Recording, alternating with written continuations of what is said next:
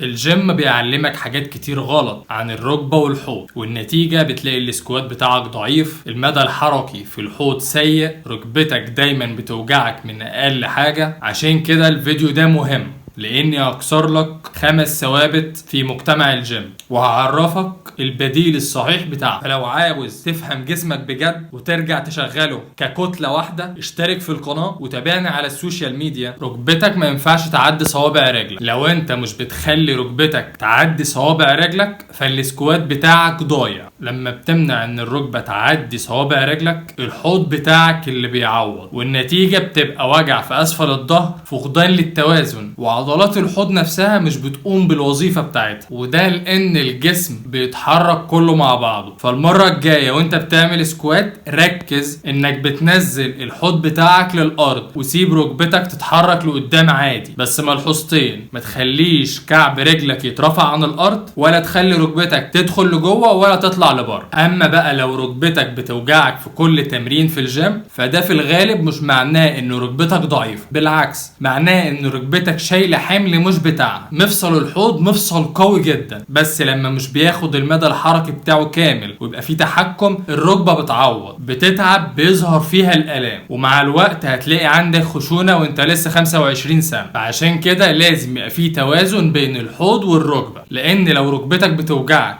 وكل التمارين اللي انت بتعملها للركبة زي فرد الركبة او تاني الركبة، ففي الغالب بتزود المشكلة، لان الركبة مفصل بسيط جدا، لكن دايما بتظهر فيه المشكلة لما بيكون مفصل الحوض مش قايم بوظيفة. عشان كده المرة الجاية قبل ما تعمل اي تمارين مركبة فيها حركة لمفصل الحوض، تأكد انك عندك مدى حركي كامل لمفصل الحوض، واهم حاجة الحوض بتاعك ما يتقلبش لقدام زي ما قلنا في الفيديو اللي قبل كده. وده لان ناس كتير فاكرة ان السكوات تمرين بيقوي الاماميات اصلا، وده لان فورمتهم الجسديه في التمرين ده غلط. الحقيقه ان السكوات تمرين لمفصل الحوض اصلا، بس كل الشباب في السكوات بيركزوا ان هم بيفردوا الركبه ومش بيفكروا اصلا مفصل الحوض عامل ايه. عشان كده بتلاقي قوتك ضاعت ووجع في اسفل الظهر بدا يظهر، لانه الحوض هو مركز القوه بتاع الجسم، هو اللي بينقل القوه من القدم للجزء العلوي، فلازم هو يبدا الحركه، والركبه كده كده هتتفرد. فالمره الجايه ركز الحوض اللي بيعمل الحركه، الحوض اللي يتنى الاول، الحوض اللي يتفرد الاول. فاعمل الحركه دي حتى لو بوزن جسمك، واكتب لي في الكومنتس هل حاسس بفرق ولا لا. انا بحب الديب سكوات جدا، ولكن لازم يكون مصاحب لمدى حركي كامل في مفصل الحوض ومعاه تحكم، لانك لو نزلت ديب سكوات بدون تحكم جسمك ككل بيبدا يعوض. بتلاقي القفص الصدري بدا يخش في كيفوزس، الركبه بدات تخش لجوه او لبره، او كعبك بيترفع عن الارض،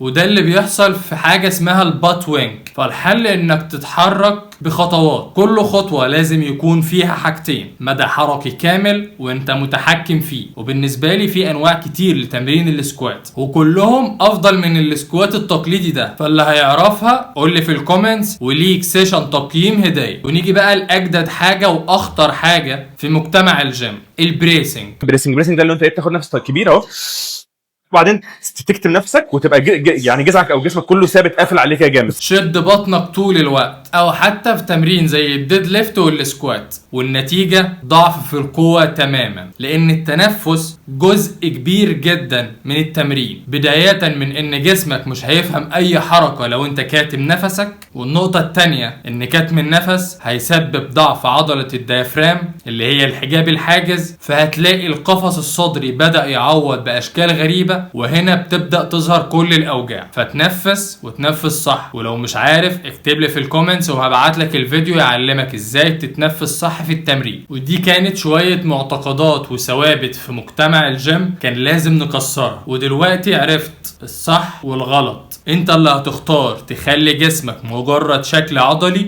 ولا تبني قوة حقيقية. فلو عاوز تختبر جسمك وتشوف السبب الحقيقي لمشاكلك وتبدأ تبني قوة حقيقية، انا هسيب لك لينك الاختبار في الديسكريبشن. انا دكتور محمود، وهنا بنفهم حركة الجسم، بنمرن الفاشية عشان تبقى رياضي بجد. جسمك اهم استثمار عندك، فلو عاوز تفهم جسمك بجد وترجع تشغله ككتلة واحدة، اشترك في القناة وتابعني على السوشيال ميديا، وخليك فاكر القوة في التكامل مش في العزل. اهلا بيك في هايبريد مان.